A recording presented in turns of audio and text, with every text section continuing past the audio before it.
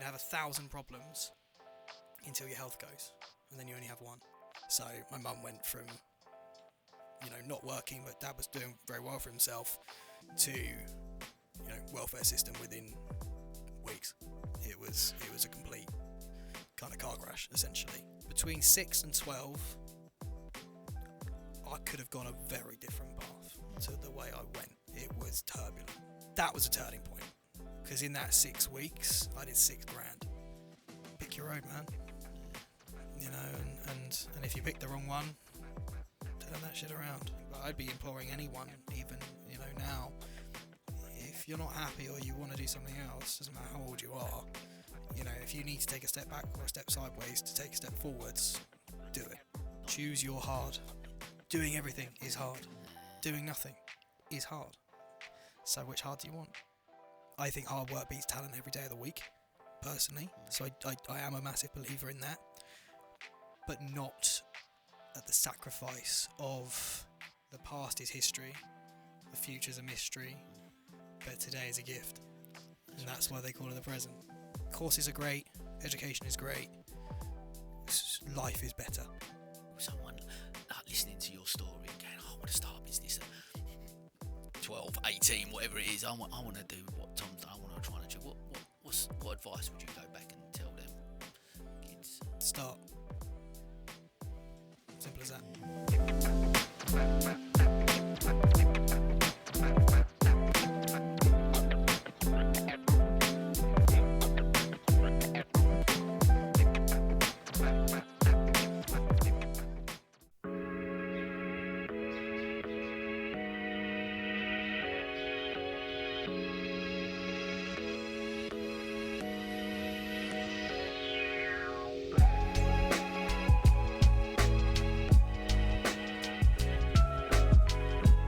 I'm on a mission to help the world to see success differently. We're sharing the stories of our guests. I hope to inspire those that listen. This is the Different Hats podcast, produced by H2 Productions. I hope you can join us on this journey.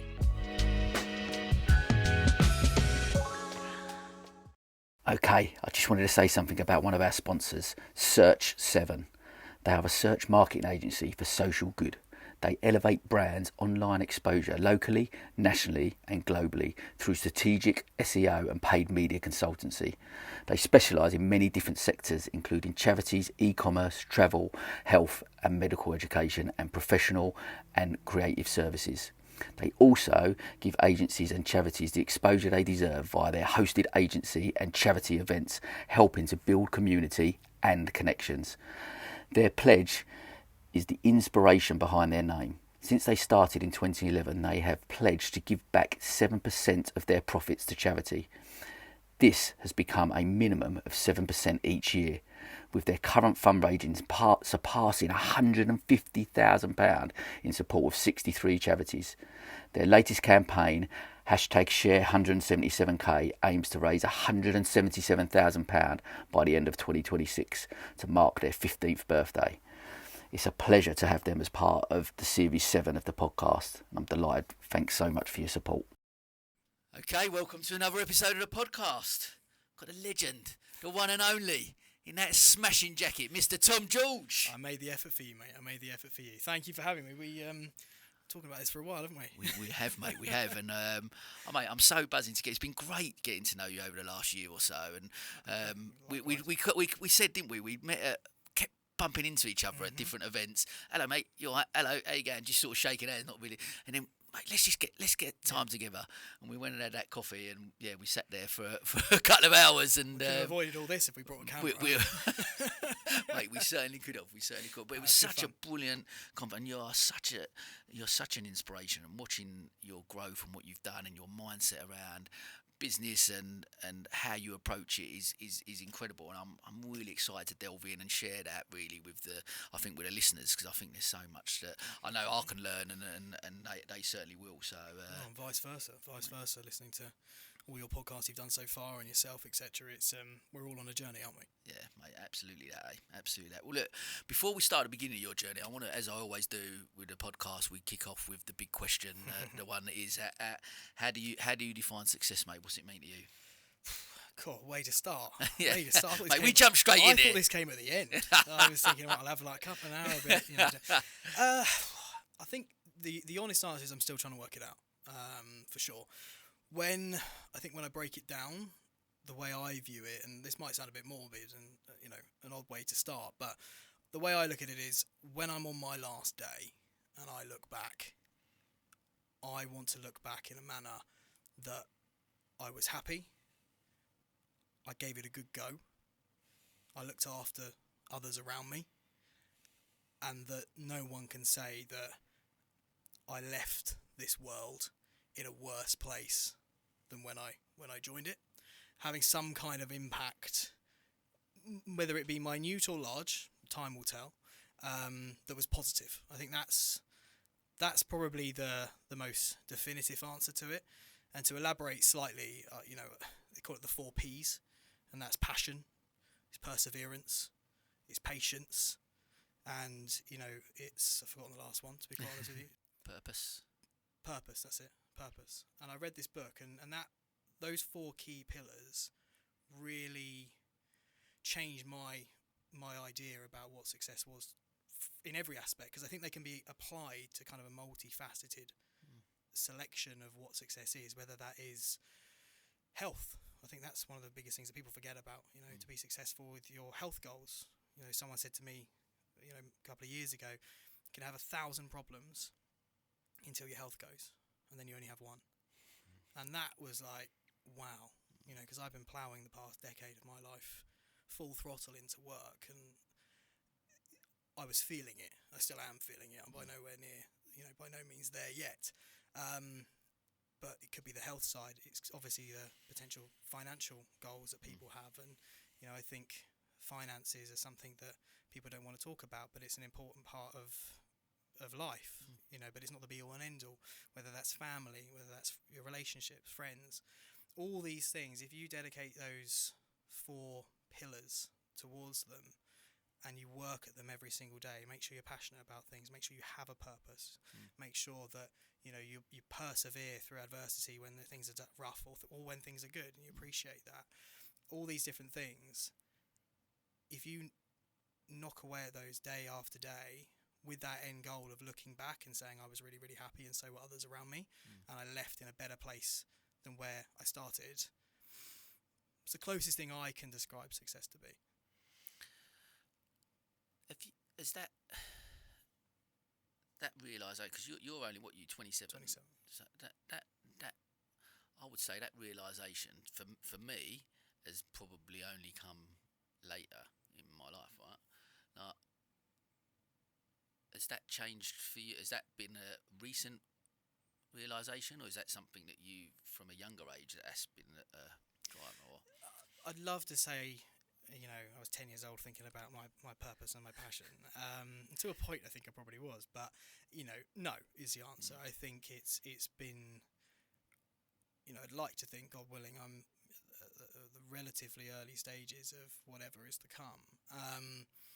But I would say probably the past 2 to 3 years is the only real time that I've ever taken, and I'm still not very good at it, but taken that time to really assess what do I want, what do I want for other people, etc., etc. And that sort of realization and waking up of, okay, I'm an adult now. I still think of myself as 17 sometimes.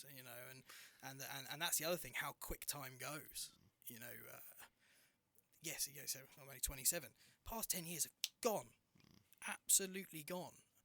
And actually, if there's one of the many things, but one thing I really want to work on is being present, because I'm always thinking 2, 5, 10 years ahead. I'm always running to get to whatever this goal is, which I still haven't worked out.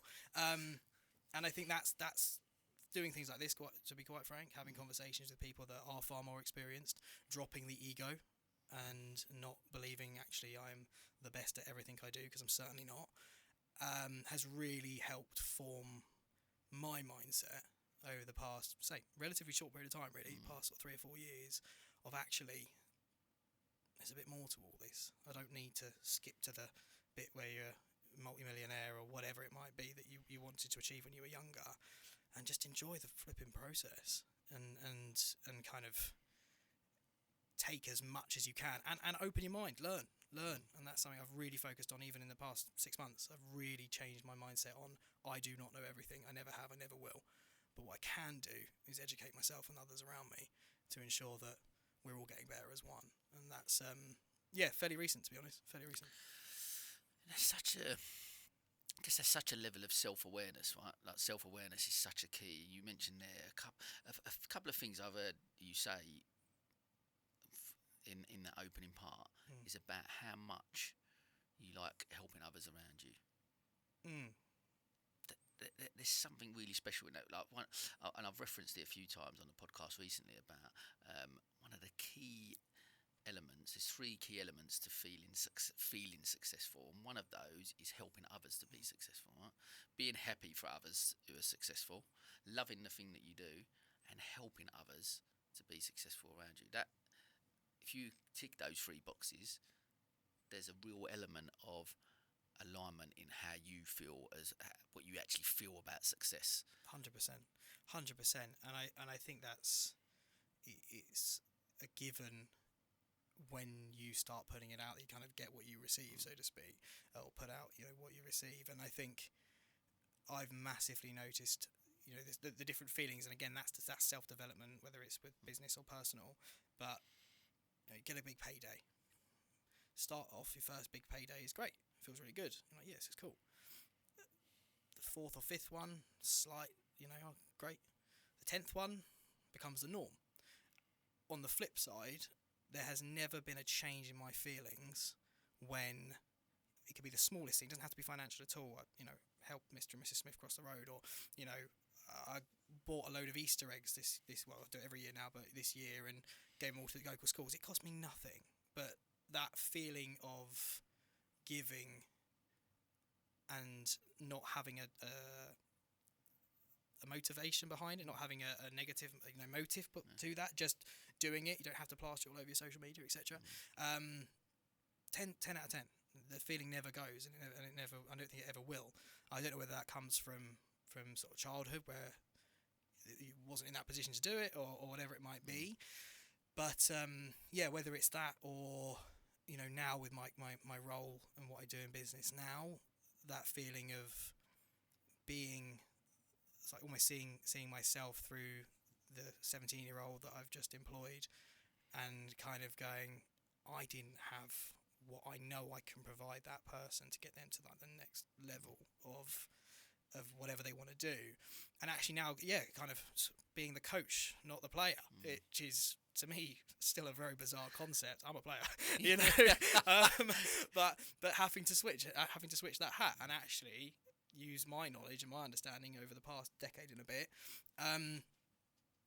I love it when when they come back, I got the listing, or I sold the house, talking purely business here, and, seeing that excitement, which, don't get me wrong, I still get excited, but it dulls over the years. I've sold thousands and thousands of homes. It's not the same feeling every time. But seeing that, I'm like, that's, to me, that's really cool. What do you, talking about that then, what do you look for in that 17-year-old who comes in and sits in front of you for an interview maybe, or wants a job with you? What traits are you looking for in that 17-year-old? It's hard, and it's something, interestingly, that I've really been working on, because it's a weakness of mine, is hiring. I say that, the team I've got are fantastic, just a caveat. But, I've made a lot of mistakes, because I initially, I started in business, big boy business, shall we say, at 21.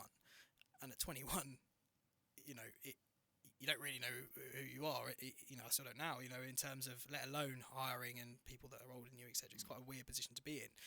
And at the time, I kind of hired based off of, did I like them or not? Which I think is actually still a good starting point, I have to be honest. But not so, there wasn't much depth to that process.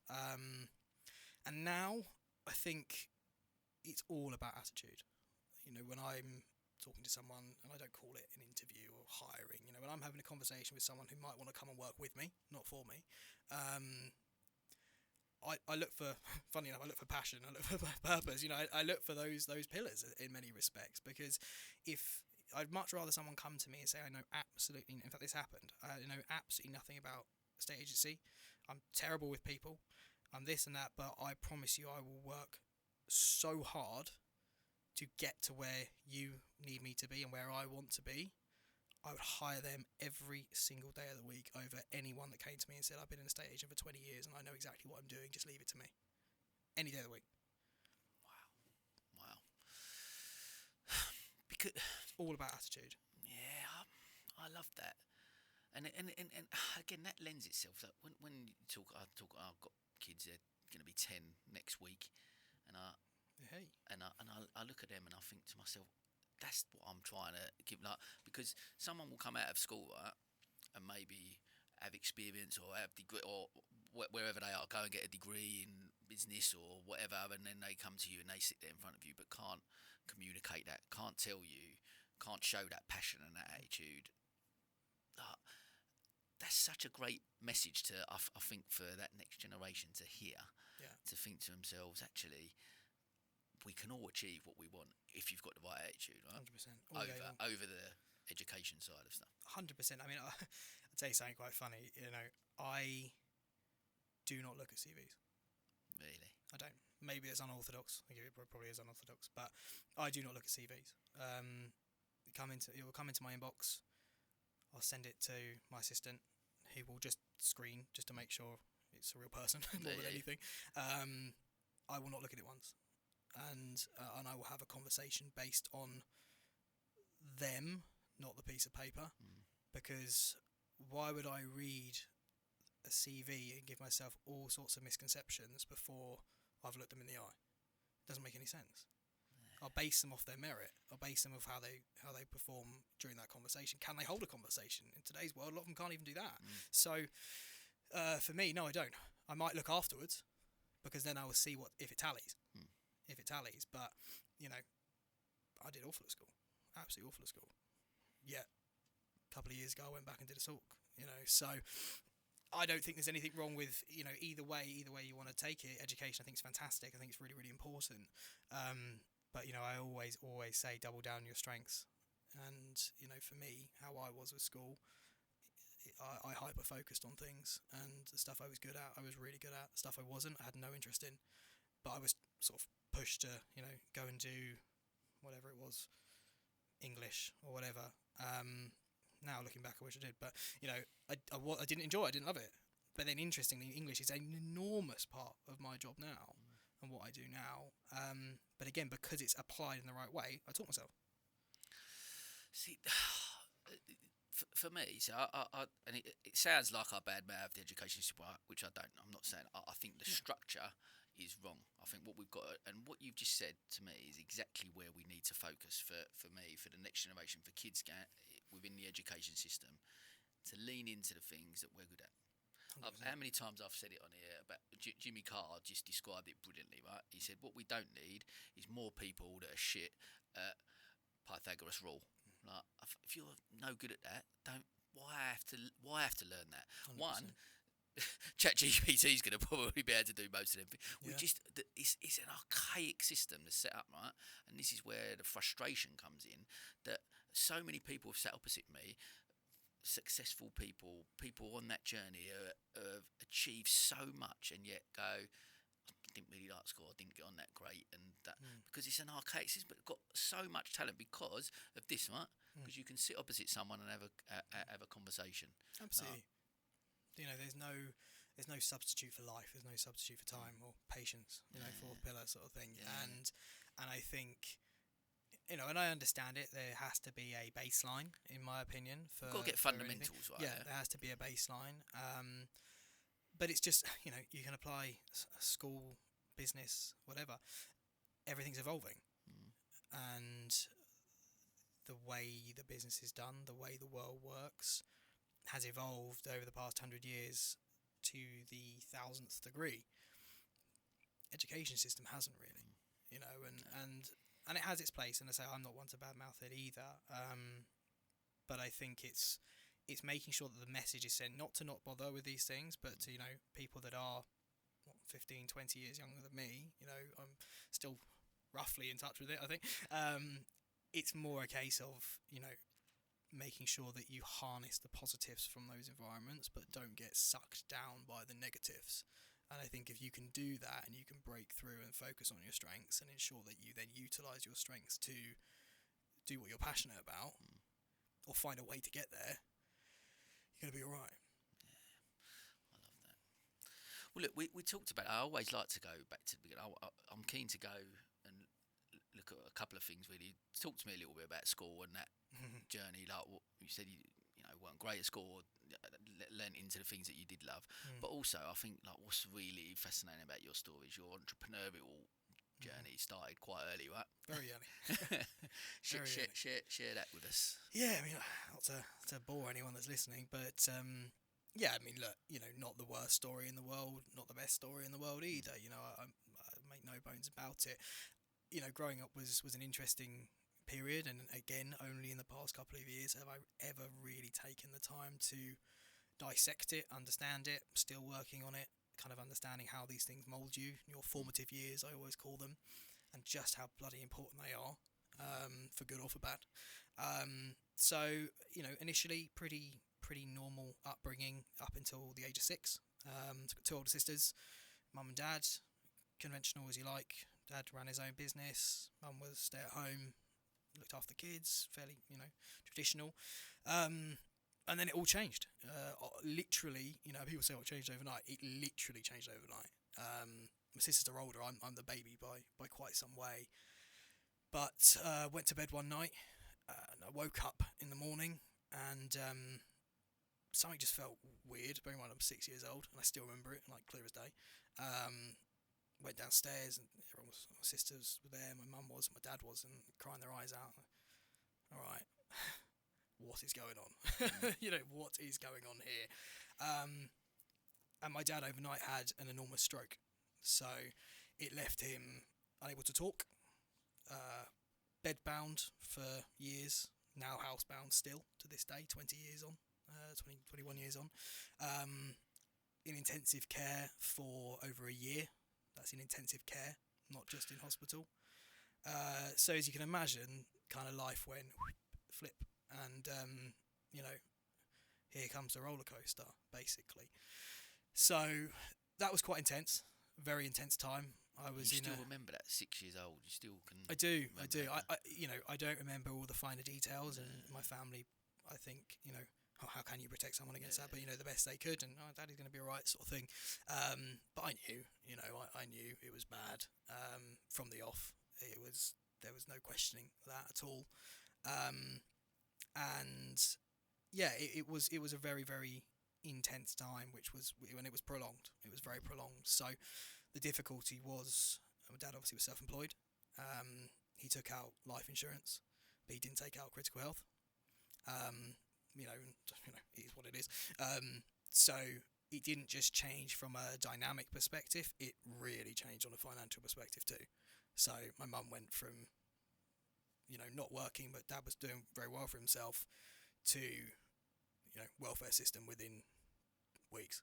It was a complete kind of car crash, essentially. And everyone, you just kind of see everything kind of, I didn't know at the time. I'm paraphrasing now because I realise it. But yeah, really negative. I lived with my grandparents for a couple of months because my mum was literally, bless her heart, she lived at the hospital for a year. My sisters were older but not adults. Becky was probably 15, 16. Sarah was 18 or 19. So kind of, again, they lived at home. So yeah, all a bit crazy. And it was a strange time. And I think looking back, and again, I didn't realise this until, more recently, but it obviously had a profound effect on me. Firstly, selfishly, I was, 6 years old. I was thinking, why does no one want to see me? And, really selfish, but, you're 6. Yeah. You felt a little bit like rejected, which is not their fault at all, just to be very clear. But, quite kind of went within myself. My outlet was food. So I was always a fit young kid. Between the ages of 7 and 12, I was, at 12 years old, 11 years old, I was 17 stone. Wow. So that was a factor. you know. And again, I don't blame anyone for that, but of course, when you're going through such a horrific thing as a family, and there's financial struggles, there's relationship, you know, issues, there's medical issues, you know, it was, yeah, I ate what I wanted when I wanted, and that was my outlet, sort of thing. So that became a problem. And I'm just going to fast forward a bit so I don't bore people too much. You know, school became an issue for whatever reason. I think there was a lot of ununderstood, pent-up anger, selfishness again. You know, why me? Why has this happened to us? Etc. Etc. Which I didn't understand, and I didn't actually at the time. I didn't think that, but obviously subconsciously there was something there. So I was acting out, and it was a dark time. Could you? Was you able? Oh, it's hard, isn't it? Because at that young age, you haven't got necessarily the tools or the skill set to understand emotion and process it. So, but was there any help? Was you able to speak to anyone about, like, could you speak to your mum about how you felt, or did you? No, not having that male role model, I guess, because your dad was ill, was that a factor? Yeah, a huge factor. And you know, we were a very religious family. So something that not many people do know, and I'm not going to speak too much about it because, you know, I don't want to disrespect my family in any way. But I was brought up as a Jehovah's Witness, which for those that don't know it's very full on. It's very, very full on, and it's an incredibly dedicated religion, of which, rightly or wrongly, there's some very profound principles that are within that, which really added a dynamic that was complex to the whole scenario of why. And I kind of leave that part there, but anyone that wants to read into it, be my guest. It's fascinating, the situation, the setup with how they run. But I think my instant reaction, and the reason I brought that point up, is because we were set up in that fashion as a family, kind of feelings, emotions, even from a young age, I don't think they were massively present within that family unit, because everything's kind of sunshine and rainbows in that scenario. So naturally that wasn't kind of built into me from my young years anyway, and I think this kind of like doubled down on it. It was like I was very within myself. I didn't want to burden my mum, obviously. She had enough on her plate. She was really struggling. And it was that kind of, you kind of just go into your own lock-up world, but instead of kind of, not in a reclusing way, but more in an expressionate way of, I was kind of always just being a little shit, to be honest with you, to be quite blunt, you know, at those years. And that happened with school, and, you know, and I enjoyed primary school. It was weird. It was in and out, obviously, with the religious side of things. I was quite secluded because we didn't really mix with people that weren't part of the faith, so to speak. So that's tough to understand, you know, as a 6 or 7 year old, when everyone else is having birthday cake and you've got to sit in a room on your own. You know, you don't understand it at that age, and you know, that affected me. There's no doubt, absolutely no doubt. Because it's interesting too. You know James Mallinson. Have you met James? I know the network. name. Yeah, on the network. He's been on the podcast, and he similar upbringing in the sense that he was Jehovah's Witness as well. Oh, and interesting. I think he spoke about it on here as well, and his take on it. And you know, when he got to a certain age, that he looked at it and went, this is not for me. Like, he didn't, but because it's similar things that you've mentioned around feeling a bit secluded and questioning why are these celebrating this and we're not able to do that, and why. Totally. Do you remember the time when you got to the point where you questioned that and then thought, this is not that life's not for me? Or yeah, it was around the time where the sort of switch flicked in general. I think it up what until age was that? about 12. About 12. Right? It was everything kind of.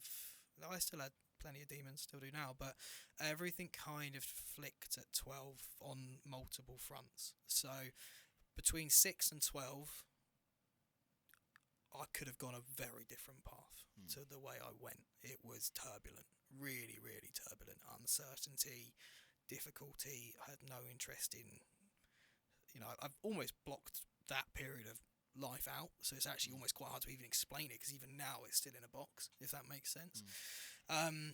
But around 12, so this is going into secondary school, first year of secondary school, you know, I still had my problems. Wasn't the best, but everything started to change towards a different turn, and that was really through sport. So I was really into my rugby, but only from 12 at PE, and from that the weight came off, and then everything kind of kicked on, etc. And it was when I was at school, you know, secondary school, much bigger unit. My primary school, there was only 90 kids in the whole school. I went to a secondary school, there was 1,500. So you're mixing with different people, you know, it's a new environment, etc., etc., and new teachings you're developing as a young adolescent. And I just started to kind of go, this is, you know, from the religious side, this isn't for me. You know, I am a sociable person. I want to get out there, and this kind of mindset that we have to be very subservient, and that there is nothing, you know, we're basically waiting to die so we can go to the better place. I don't want to spend the next 70 years of my life waiting to die to go somewhere that I don't even know is real or not. You know, and don't get me wrong, I have faith. I don't know what in, but I think faith is a huge part. Regardless, I don't see different religions. I see one religion, and I think even religion is the wrong word for it. A faith in something, I think that's a good guiding star. But that wasn't it for me. It really wasn't. And at the same time that flick switched. Was your sister? What was your sisters? Were they similar to you, or no? They my entire, and that's why, you know, I'm very conscious of what I'm saying. Entire family still are Jehovah's Witnesses to this day. Really? Okay. Yeah, I'm the only one. Now, how are they with you on that? By you approaching, or just saying that's not the path for me? Have they been okay with that? Or? It's difficult, and as I say, I don't want to go too deep on the subject. It is difficult. I think when that has been your whole life, and when you are so intrinsically tied to something as big and serious as that, it's very hard to have kind of rational conversations on these things. And as a part of that setup, if you're not in, you're out. And, you know, I still talk to my family. I'm not massively close. You know, I try and look after my mum and dad as much as I can. You know, I love my family. But we're on two very different paths, and that's okay. I've made peace with that. I don't know whether they have, if I'm honest. I'm not sure they have, but that's okay.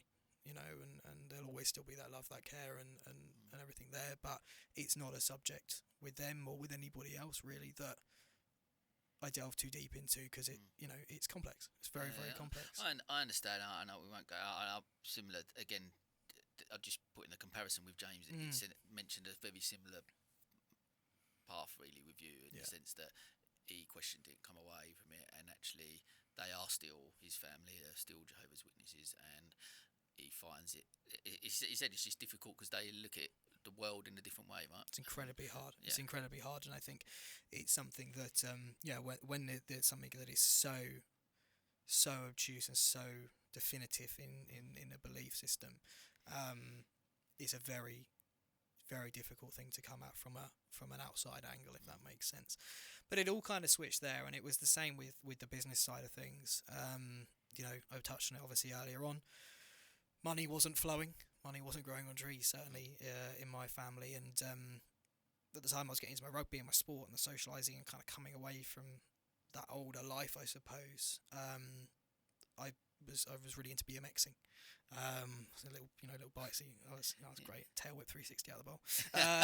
Still got it, mate. Still got it. Many injuries from that. But the reason I mention that is, you know, is it's a fundamental point of change. I really wanted a BMX. I was using my mates, you know, and breaking my mates. So I thought, I can't be doing this. I need to get my own. And bluntly, there was two choices. It was a steal one, or I find a way to make some money to get one. Now, I'm not a thief, so that was option one gone. So it was only option two. you know, and I just saw an opportunity in, you know, as I say, mum and dad obviously didn't have any money. Mum was a full-time carer for my dad, you know, proper full-time. So I was kind of left to my own devices, and rightly so. But I was like, right, I need a bike. It's about 300 quid. 12 years old, 300 quid. I had about 3p of that, you know. So what do I do? And it was just the time where Vistaprint, you know, Vistaprint, the print company, they kind of just sort of started out essentially. I think it was very early doors, and there was a deal on where you could kind of go onto. We only had one little crappy laptop, but on there, and you can design your business cards. And I was like, all right, cool. So I went on there. I've still got one to this day. I think I sent you a picture of it actually, didn't I? I went on there. I was thinking, and I have a thing about marketing. I'm quite into it, you know, which paid off. So I was like, what can I do? What can I do during the 6-week summer holiday? Imagine having 6 weeks off. Dream. But, you know, 6 weeks summer holiday, what can I do with it? You know, I can't be doing anything if I haven't got anything. So I really, really, really want this BMX. So I designed the business card. It's like, hi, my name's Tom, and blah, blah, blah. And I called it Dogs, Cars and Plants, which I think is probably fairly self-explanatory. Dog walking, you know, car washing, and, you know, gardening to some extent. And I managed to find a deal. It was like where they were ridiculous deals. I had something like 5,000 business cards. It cost me like $4.99. You know, they were crappy, but cool. Got them ordered. Came the next day. This is, you know, 12 years old. Just before the first week, so I wanted to be bang on time. And then I went round every house in Cookfield, and I mean every house. And I was up at like 6 a.m. to walk up this enormous hill called Brook Street, if anyone knows it, Pig of a hill. And I was at the bottom of it, and the village was at the top. So I went walking up there about a mile every morning for the first 5 days, and I was getting out, God knows, I won't make a number, but a lot of business cards day in, day out. Sort of, I could see them at the window, I'd knock on the window, and just dropping this off. Basically advertising those things. That was a turning point, because in that 6 weeks, I did $6,000, which even now it's a lot of money, but at that time, wow, awesome. And I just was hooked, absolutely hooked. I was, you know, I got my BMX, I bought my mate a BMX, bought everyone a BMX. You know, I was laughing. But then this was the interesting thing, and I think this comes down to the mindset. We then utilised, like, for example, it sounds silly, but I wanted to BMX so I could go to the skate park. That 6 weeks I didn't go to the skate park once, because I had so much work, and I was so grateful, and I still actually have some of these people as clients today, I think, however many years later, to those people that called me off the back of that saw that little bit in me going, oh, that's cool, that guy's, you know, an entrepreneur. So thankful to them, because I then utilised that BMX to get more tools and to recycle to things, so the jobs got quicker. And I ended up bringing my mates on, and I ended up with like a van, 2 vans, I think. Bearing in mind I couldn't drive, and I was getting people to drive the van, and we had this whole thing going on for 5 years until I sold it when I was 17. Which all came from that one first person, Mr. and Mrs. Courtley. I remember their name to this day. I went back and visited them recently. That gave us a shot, and mate, I was in. Business is where I was going. You said you went and saw them again. There's so many things here that I want to talk about. So just spiel that. But I love that. But when you went and visited them again, Mrs. Courtney, what did you say to them? That's a funny story. So it's very interesting. So he was a colonel, and I think, to be blunt and not to get too deep, I think this probably ties in with my dad, if I'm honest. I saw this guy as a father figure. It was really bizarre, which I didn't have, so to speak, in many ways. He was a very posh chap. Called me up. It was like first day I dropped him off. I remember. Oh, hello there. I was like, hello? You know, on my little Nokia 3310 or whatever it was. Just quick pause my game of Snake. He was like, my name's Colonel Paul Courtley. I was like, oh shit, what have I done? He's like, I've got a business card here. Dogs, Cars and Plants. I thought, come on, it's getting good here, you know. He said, I've got 3 Mercedes. I was like, okay. He's like, when can you come and clean them? And I remember that was literally word for word. I've nailed it. And I just remember like trying to stay calm. I was thinking three. I got 3 in one place, and I think I was like, I'll be there in 10 sort of thing. Cycle down there, and they were just so kind. And so I remember he's the first person that ever gave me a pinky. The first person gave me a £50 note. Really? I remember I cleaned his cars. I was charging like £4 for, whatever it was. And I remember that first time I cleaned him, and I really did go for it. I wanted to make an impression. He had a beautiful SL thing. It was unbelievable. And he came out and he went, "Oh, how much do I owe you?" And I was, 12 quid, or whatever it was. And he whipped out a pinky. Not in a, provocative way, but, "You are, young man." And I was like, "I ain't got any change." I don't have anything, at this point in time. And he's like, "No, it's for you." And I just remember thinking, holy shit, this is awesome. I still cleaned that man's cars up until I was 20 years old, even when I was an estate agent, just about to buy Manson Taggart. Not because I needed to, not because of the money, but purely because he gave me a chance. So that relationship was so, and it only ended. It didn't end, but I only came away from it when I bought Manson Taggart. I made him a promise, and I said to him, and I'm not going to say the figure or anything like that. But we were chatting away because he gave me so much wisdom over the years. I ended up doing all sorts. We did tip runs. I picked up his apples. There wasn't a job to do. He'd find the job just so he could help me. And so much respect to him for that, and his lovely wife. And I made him a promise, and almost jokingly at the time, he said, "Right, you go off and do your thing." He said, "And when you hit X, you come back and see me." And obviously, 7 years later, I hit X, and I just remember, I've forgotten all about it. Remember, I triggered it, and I tried calling the number and it didn't pick up, and it was actually very sad. So I went and got a massive bunch of flowers for Liz, and a bottle of something for him, and I drove up to see them, and yeah, it was really sad because he's of an age now where he's got memory problems, and Liz unfortunately at the time I visited, I was going to go back, was in hospital. She had a stroke. Just again, time just goes. Don't realise we're here, then gone the next. And I remember he opened the door and he just went, "Tom," and I was gone, mate, absolutely gone, like floods of tears. It gets me now. And that was so special. It was so special. Just even thinking about it now, it was such a profound moment of like someone putting faith in you hitting all the milestones and working hard to get there, and then kind of going back. And yeah, if I can do that for someone when I'm now or ever in the future, that's the goal. I just wanted to take a moment to talk about one of our sponsors, Nostos, an authentic experience of Greece right here in the heart of Hove. In a world brimming with dining options, finding that one place that captivates your palate and heart isn't always easy. It's about more than food. It's the stories, the ambience, the slice of another world.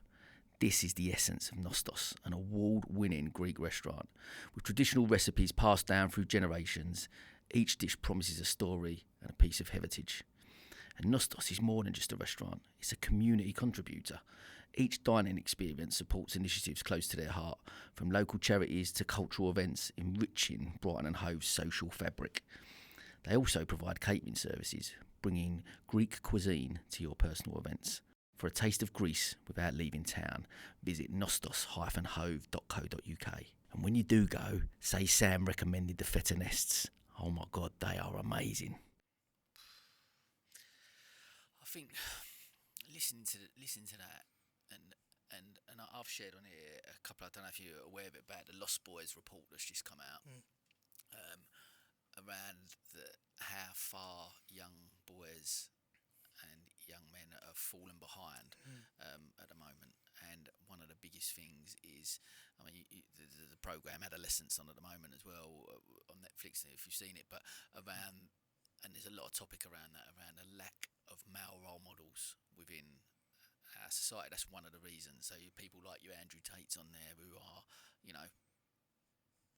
poor role models, toxic masculinity, right? It's one extreme or the other, isn't it? Yeah, and I think listening to you talk, like the importance to anyone out there, just having that positive role model, and also not only a positive role model, but someone just to believe. All we need is someone potentially just to believe in us. Yeah, that thing.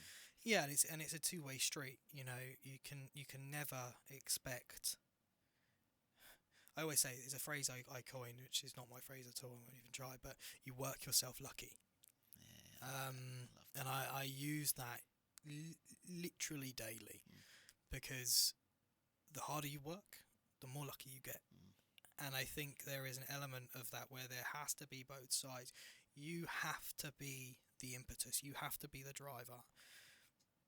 But just putting yourself out there, I was lucky, but I put myself out there when I was 12 to do this, and I'll be forever grateful that that gentleman gave me a chance. And then he said, "Oh, have you done this road?" I was like, "I haven't done that road," And then then there's that support system. Then you're building your network, etc., etc.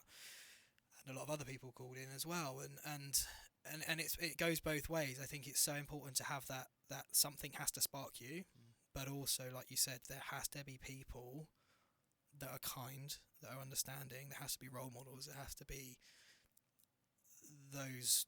Certainly, if we're talking, predominantly about men here, there has to be people that will give people a chance, because we've all had it. Yeah. Anyone name someone that's successful that hasn't at some point been given a chance. Yeah. And there is that, and I think that again, touching on the other point that you've made, is so much as well is down to our own mindset, right? And look, like you alluded to a few times about opportunity, right? But you've got to. Them doors are only going to open for you if you knock on them, right? And you've got to seek out those opportunities. And like you said, I think it might have been Gary Player who said that exactly along them lines, right? The harder I work, the luckier I get. Exactly that, right? Exactly So what the important. point you've just mentioned. And I just think that, but that mindset's bear in mind that 6 to 12, like quite a traumatic period in your life, and yet that's turning point and that going. I've got that taste. You had that taste for it, but that mindset of which you've obviously taken on into the other business as well. Do you think that an element of your dad having his own business had created that in you a little bit? That mindset maybe at the start, or I honestly, I don't know. Obviously we all have our own genetic makeups, which comes from parents and grandparents, etc., etc. And it's sadly for me, and it is sad, that I didn't have that. Don't get me wrong, I'm very lucky compared to don't have anything at all, of course. But I didn't have that time to really understand and get a feeling for what Dad did and how he did it, and I don't remember his voice, put it that way. So it's hard to know, but you'd like to think from a gene perspective maybe something, and then there's a lot of factors that come into play. As I say, I was this close to, I think, looking back, bombing out personally. I really do. There was a time that was, I was smoking weed at 11 years old. I was, drinking at 11. To my mum. There was a time where mixing with the wrong crowd, and that's what I mean. But it can be that quick, one way or the other.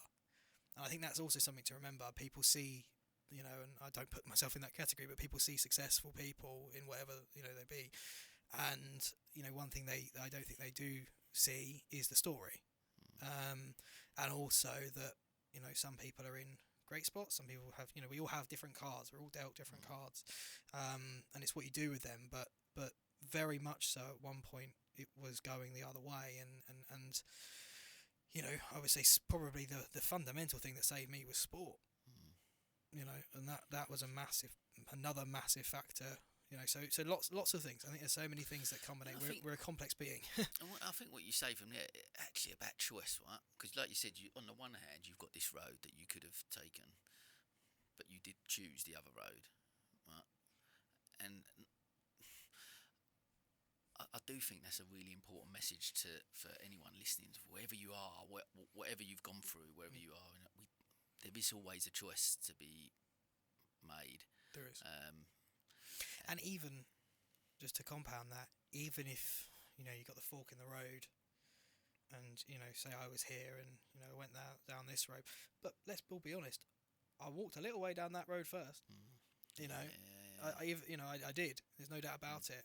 And sometimes, even today, I sometimes want to jump the bridge and go back onto that road because I've had a really rough week or whatever it might be.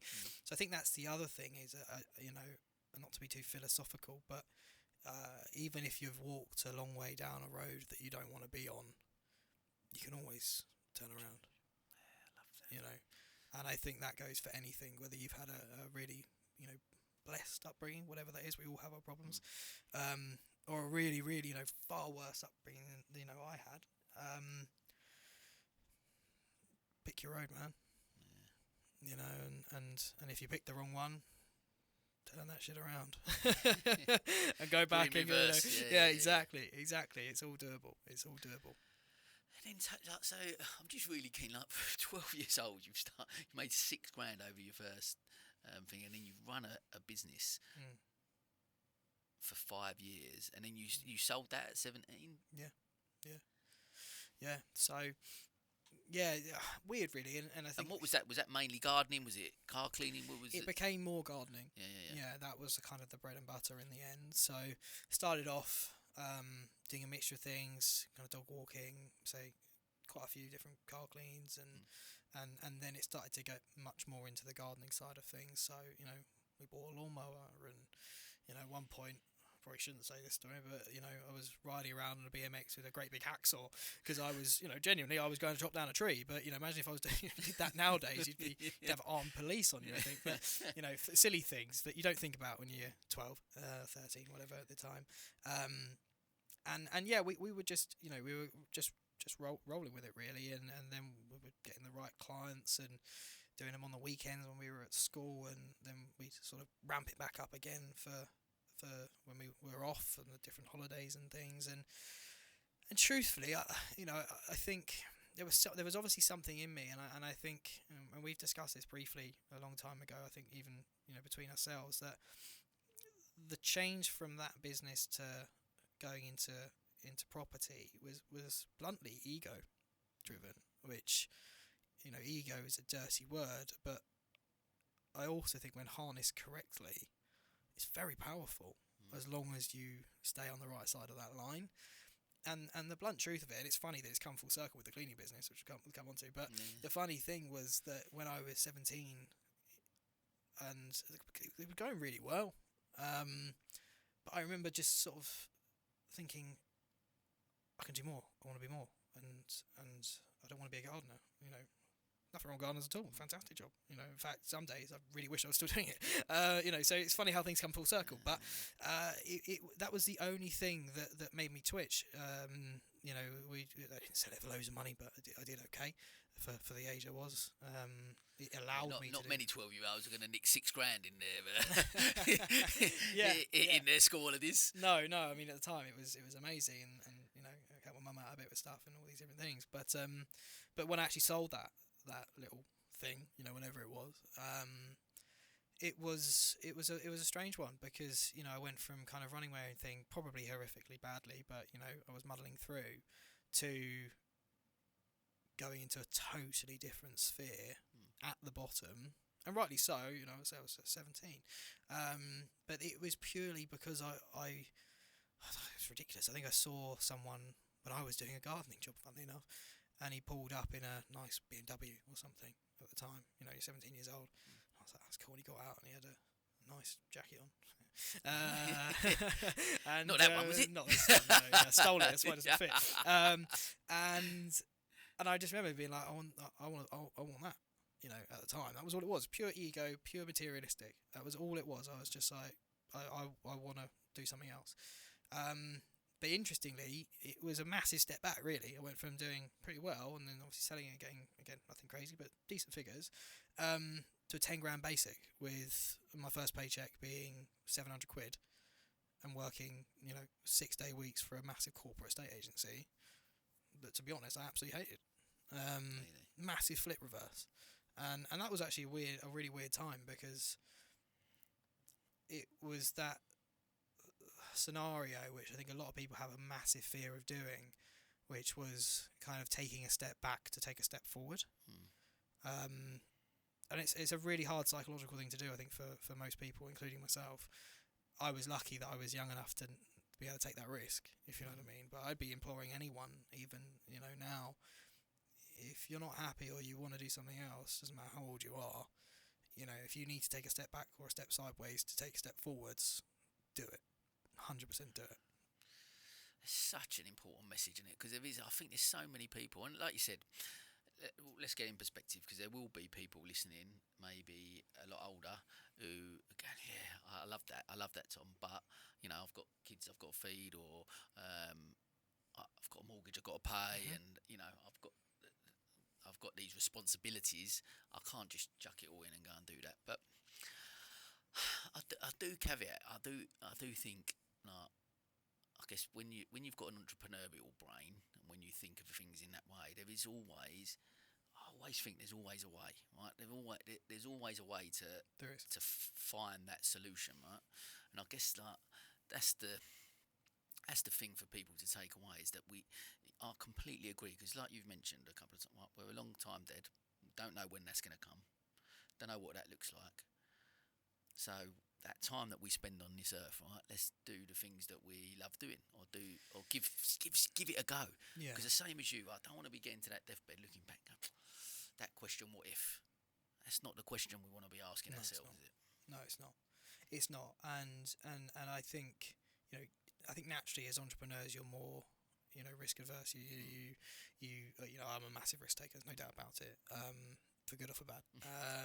You know, but I do get it. I think, because sometimes I even feel like that now, like with what we're doing. We're going through some massive changes in our business at the moment, you know, and you think, oh, am I making the right decision, or oh, what if it goes wrong? And I've got bills to pay, you know, big bills to pay, etc.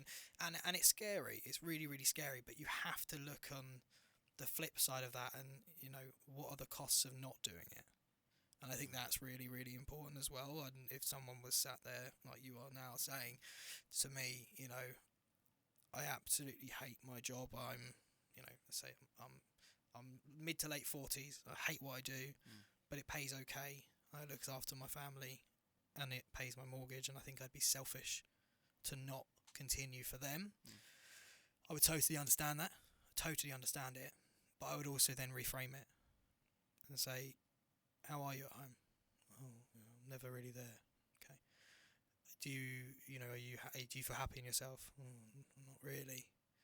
Okay, so what are the costs of you being where you are right now? You're looking at the pros of getting by, but actually the costs are huge. Whereas if you can find that pathway to, and I also kind of don't agree with, you know, we should always do what we love. Every day I do loads of things that I fucking hate, to be quite honest with you. You know, I really don't have that enjoyment.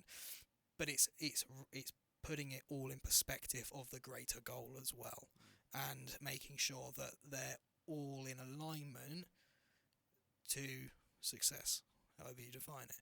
And I think that would be what I would be saying to anyone that feels that they're trapped, feels that there isn't another option, there isn't another option, because in your mind there isn't another option.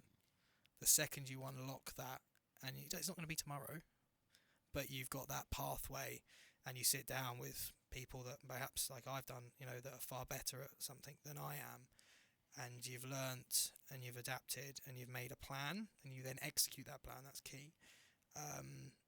You look back and thank yourself in a year, no doubt.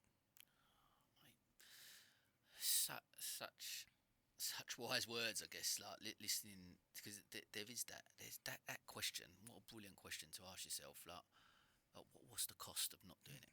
That's the thing, isn't it? What's the cost of not? Choose your hard. Yeah, you know? Love that. It's, you know, doing everything is hard. Doing nothing is hard. So which hard do you want?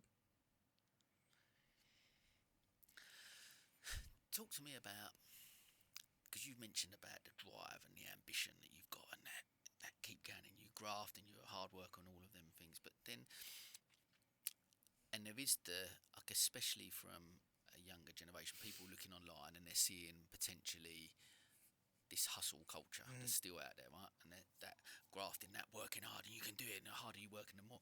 So, but again, lots of things come with sacrifice. Well, what's your take on hustle culture? And because you mentioned actually what inspired you to start going to an estate agents, because you see a guy driving a nice BMW, I want one of them.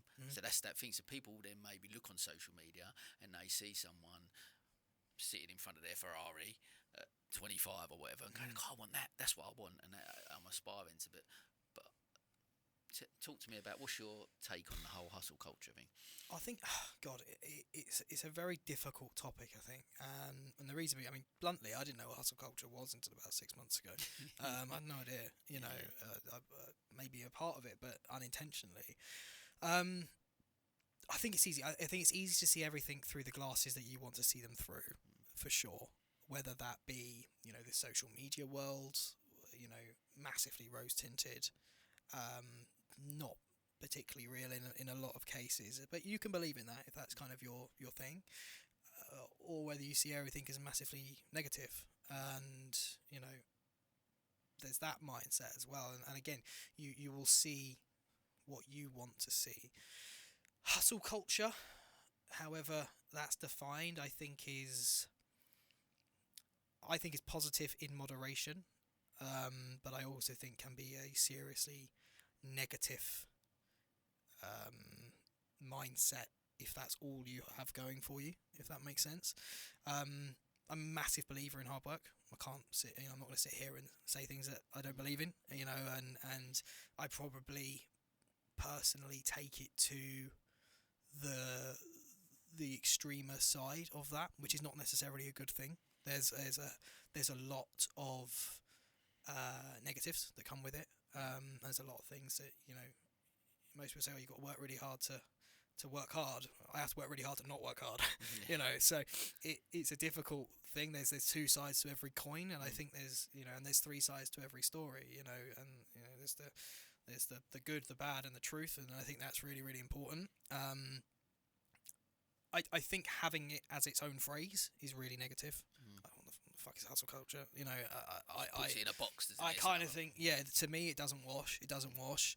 I think that for the younger generations, I think hard work beats talent every day of the week, personally. So I am a massive believer in that, but not at the sacrifice of your physical, your mental, and your spiritual health. And I think if you can strike that balance where you're working on the deeper fundamentals of human life, mixed with a relentless work ethic, for me that's the perfect balance, which I'm yet to find, to be clear. You're still on a journey with that. Still on a journey, 100%, no doubt about it. And I always will be. How do you switch off? Like, what is your if you're talking to yourself, sitting opposite, and you're talking to yourself, what things do? Because you have, every time we've spoke, we're both on a similar path with that. I think we're both believers in hard work. Right? We both graft, both work probably many hours. I definitely think I'm coming to my learnings and the conversations I have on here and trying to work out what is it all for. Again, what is it for? What's the purpose? Why am I doing that? And at what cost to get to here? If I want to get wherever that's going to be, at what cost? What sacrifice do I do that? If that is all the time with my kids, that sacrifice is not worth it, right? So what do you do? Are you able to switch off? What do you do to try and bring that balance into your life? I've spent the last decade really damaging myself to achieve a goal, I suppose. Was that goal financial based? Yes and no. I have a weird thing, and maybe again, definitely comes from childhood. I have a thing about, and again, not from an egotistical point of view, but legacy is a huge thing for me. And when I say legacy, I don't mean, oh, look how great that guy was and let's get validation from everybody else. I mean making an impact. I have a real thing with that. I just can't think of anything worse than wasting 80 years or more, hopefully, or less, who knows. And that is a huge driving factor. If you ask anyone that really knows me, they'll know that money doesn't, I've always said this, I run my business on reviews, not money. Now, of course, that's not true, but it is true for me. I don't look at the bank account, and probably should, as much as most people would. I look at it from how am I providing value? How can I get better? How can we do this, do that, do that? So I look at that from like an evolutionary perspective of I just want to get better. And the past decade, over a decade now, there's been enormous sacrifices to even get to this point, and I'm nowhere near done. And I think now, and only now, and we spoke for 2 minutes off camera, I'm implementing and starting to implement more structure, growing pains of a business, growing pains of real life, physical pains of just getting older, all these different things. And I think that's the sort of section I'm in my career right now, is you cannot do everything. And that mindset is great to realise, but not if I then don't execute it to ensure that I'm not doing everything. And that's the phase we're in. So, I still really, and much more so in recent months, getting massively back into my sport. I have a passion for motorcycles when they're not being stolen. That's another story. So that for me sounds crazy and maybe it's slightly extreme, but that's a massive de-stressor for me. You'd think getting on a motorbike and going 200 mile an hour around a track is the last thing that most people want to do. But for me, and this is actually quite sad. It is actually quite sad, but it is true. I find an enormous amount of peace in doing that, because it is the only time that if I don't focus on what I'm doing, I will die. So I don't think about work at all, which I say is in many respects quite sad, really. But other than that, I'm still in that position of trying to make those changes to find some balance. And I think I really resonate with that. Obviously, we've shared before. I haven't for a few years, but I used to ride a motorbike when I travelled down to the salon. And you're right, like riding a motorbike in itself, you've got to concentrate all of the time. But I'm similar. Like for me getting in the seat is my thing, because it's the only time. The same as you, but my brain just don't shut up. I can't meditate. I'm rubbish at it. I sit there. I try my best, but I really struggle with it. But actually, getting in the sea is the only time, because I have to concentrate just on breathing. Otherwise, I'm going to die. So I've got to breathe 1, 2, 3. And even though my thoughts will come in and they will wander, I will still bring it back to that breath. And you bring it back. And you've got to focus on it. And I think there's a part of me, and I don't know if you feel the same, there's a part of me that loves that my brain's busy, loves that I've got these ideas and these opportunities, and I'm enthusiastic about, there's something here that I'm going to lean into that, and that's exciting. And that I get up in the morning and I'm excited about something. That's a great feeling, right? And I don't necessarily want that to stop, but I think you mentioned it earlier, and one of the key things, one of my 5 pillars really of success is presence.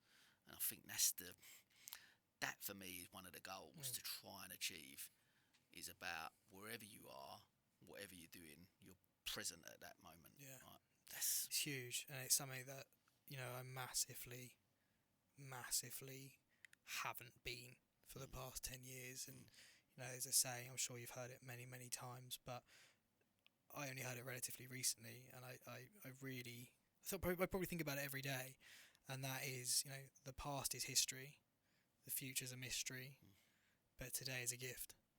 And that's why they call it the present. And I was a latecomer to that saying. Only as I've really started to delve into things on a more personal level. And how bloody true is that? It really, but it's so hard, because we're constantly programmed from society to go. You want more, you need more, you got to go and try and do this. If there's 24 hours in a day, got to be productive 24 hours a day. Like just sitting there and doing nothing is a hard thing for many people to do, right? But massively. That's why there's we're all scrolling, and our brains are addicted to stimulation, and actually finding something that is totally unrelated to what you do or whatever, even if it is related but it's a different angle, etc. I think is really important for longevity. We can all be, what's the other, there's another say, I can't remember what it is, but that the most successful people, they rarely are the ones that kind of worked the hardest. It was the most consistent ones that were successful. So it's finding a place where you can be consistent with your output, but not blowing the fuse, you know. And I think that's something that my next decade is going to be working on very hard, to make sure those fuses stay in check. I want to. You mentioned a couple of times about big paydays when you know, even like let's go back to 17, selling the business for a certain amount of money, and then obviously, you know, taking over. Like obviously, you own Manson McTaggart at 21, and then, you know, growing those businesses and taking on more, and you know, talk to me about those moments, that feeling. It was there. You make that money, whatever those figures are, 6 figures, whatever. Won't delve into the figures too much, but you get that fear. Is there, from people listening or entrepreneurs, who people going, oh, I want to get there because I want to get that thing? Was that feeling of euphoria? Talk to me about that, at those stages, that feeling of going, yeah, I've done it, I've made it. Mate, it's fleeting. It really is. You know, I think weirdly, it's very, very, and this is interesting to say, I think it's very anticlimactic. You know, that first one, you know, and I'm not talking serious, you know, people that make serious money, I don't, you know, nowhere near, but, you know, when you've come from nothing, so to speak, and, you know, well, certainly 700 quid wasn't paying the bills, but, you know, when I started to get into things more seriously, and, you know, a couple of decent months, yeah, they're exciting, but again, at that age, that it's not enough creeps in as well. You know, it's only now that I think that's not the case, and I'm a bit more mellow about things. But it goes very, very quickly. But the initial thing for me was trying to be secure and trying to make sure I feel I take responsibility very, very seriously, and rightly or wrongly, my mindset is I am the shield over whether it's people that work with me, but they're on my payroll, family, friends. You know, there's always been. I don't know why. I'm still working that out. I have Protective. to. Yeah, very strange. Yeah, massive, like protective thing in my brain. So, interestingly, and we touched on it a bit earlier on, the personal points of wealth, and there's been points of wealth, there's been points of absolute nothing, even in the past 5-6 years. You know, it's not been linear by any means. They didn't feel that, they really didn't do much for me, if I'm totally honest. What did was being able to buy my mum a car when it broke, help her out with the house and the finances and stuff like that. You know, give my mates jobs, silly things that, you know, you wouldn't necessarily correlate with the question you've asked me. But and I'm also not trying to make out I'm a saint either. I'm certainly not. But they that's what feels good. You know, I'm building my empire in inverted commas for anyone that can't see me. With my mates, that's awesome, and that's what I look at. You know, I don't look at it as I want to get to 10 million quid turnover. If we do, great. But the main thing is that I'm doing it with mates. I'm having fun. I'm looking after my family. They're looking after theirs. I'm looking after them. They're looking after me. And comes back to sport, leadership, and teamwork. And if we nail them, we'll be all right. And that's what makes me feel good. So, you know, there's a financial element there. Of course there is. You know, let's not be naive. We come to work to earn. But on the flip side, it's such a bigger picture. There's such a bigger play at stake. And that's what I want to look back on and go, yeah, that was cool. So it's almost a child's mindset in an adult's body. What you talked about leadership there. You got a lot from sport in that. What makes a good leader? A good leader is so multifaceted. You have to be able to I always say this to people, and I know these are all such corny phrases, but they genuinely do use them daily. You lead from the front. I always did that with rugby. If there was a big tackle coming in, I was hitting it first. If there was a penalty and it was a crash ball, TG, he's on it. It was always that kind of leading from the front, but also knowing when to take a step back and knowing when to utilise other players. There was players that were quicker than me, for example, so I wouldn't be on a wing because they're faster. There were players that were much, much bigger than me, so I'm not going to be front line of the scrum. They are, because they're stronger. And business is exactly the same. When you really break it down, business is exactly the same. I might not be the best accounting on the side, so you get your team player, that's invaluable, that's better accounting than you. They do that. I'm a really good lister, but I'm not a massive fan of doing the viewings, for example. I do, but for example, Matt's brilliant at doing the viewings, so he can do the viewings and I'll do the listings.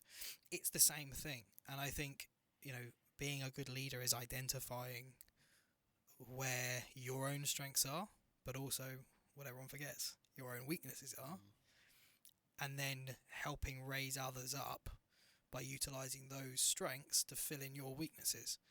And that's how you become a team, and the head of a team is a leader. So when you tie that all up and you get it right, that's how you build a formidable rugby team. It's how you build a formidable business. And if you can do that, it works. And I think a leader is intrinsic to that, is making sure everyone performs at their best. And has there been some challenges with that? Like, again, but got, like, how you talk and how you articulate stuff is so, like, and I don't mean this to be, but so wise, almost beyond your years, right? The way I you don't know talk. about But, that. but I really do. Like, I've found that when I first walked away from that coffee, I was like, God, this guy is like. I've got 20 years on you, right? And I can't, Don't look at me. Mate, it's the baseball cap. We could be brothers. I'm going to take that, mate. I'm going to wear my jacket. That'll be in like the that. headline. And I find that fast, but I'm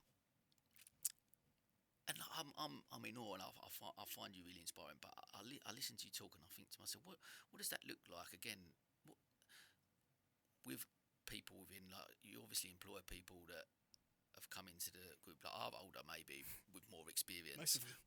So, how do you harness that? How do you get those people on side to come with you on that and believe in you? It's respect. So, for me, it's two things there. One, and it's a rugby quote: "If you're good enough, you're old enough." And that goes both ways, ends of the spectrum. My youngest employee is. Team member, I hate that word. My youngest colleague is just turned 18. My oldest is 77. So if you're good enough, you're old enough. Both ways. Does that make sense? So that's really important to me. And secondly, it's the respect side of things as well. I experienced, and I'm very glad I did, the cons of leadership and the cons of management from the other side of the coin. And I made a promise to myself when we did it. I said, I have no idea what I'm doing, but I'm not going to be a dick. And as I know it's quite brash and quite blunt, but it's true. When I was at a corporate estate agency, it was very hierarchical. It was very, you're this, I'm this, and there's this void. And I know I didn't respect my boss, so I wasn't going to perform for my best for him, because why would you? If I don't like someone, if you don't like me, we're not gonna gel. On the flip side, and you have to reverse it, so you reverse engineer it. You take the positives out of those negatives. Brilliant. I know exactly how not to lead. Fantastic. That's a great base point. Let's reverse engineer this. And when you don't have that hierarchical system, and they help me way more than I help them anyway. When there's that, asking for advice, and you have that relationship where there is a mutual respect for every person within your organisation at whatever level that on paper they are at, dare I say it, is actually quite easy. Listening to you talk, like, I think to myself, I listen to that and I think, like, I 100% can agree with the fact that, because I know the reason that the salon didn't work, I believe one of the things that the salon didn't work is because of that. I went into it. You've got to know me a little bit over the year, last year or so.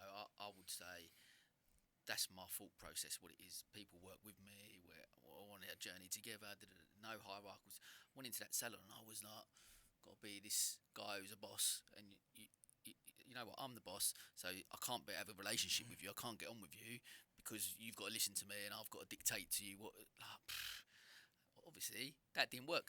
Hence why I had to shut that down, and you learn from those things. Because again, leading with authenticity, leading with heart, and that's where I think this whole soulful leadership movement, I guess, is sort of coming into play a little bit, where people do lead in that way. A mutual respect, right? Someone's working with, like I've heard you say that how many times on this podcast, working with people that work with me. I mean, they're all on that part of that journey with you. Like, that's such a key thing for people to take away, right? Yeah, it is, and I also think it's really important because, you know, I always say, certainly in my business, where it's, we have massive peaks and troughs. It's the nature of the business, and I say this to the team, and I'm really honest about the numbers and everything with them, because we eat together, we starve together, and I think that again is a really important mindset to impose on these individuals that are working with us, because then they're on that journey with you, and you're not just a number, you're not just a metric, and you're not easily replaceable. I always say, if someone leaves and it's on their terms, I failed, because why would they leave if the scenario was set in the way that I want? So it's a learning thing. So again, it's taking on that feedback, etc., etc. And it's a really, really important thing. Now, I also do think there is an element, of understanding the baseline, and that's somewhere that I've had to work on recently.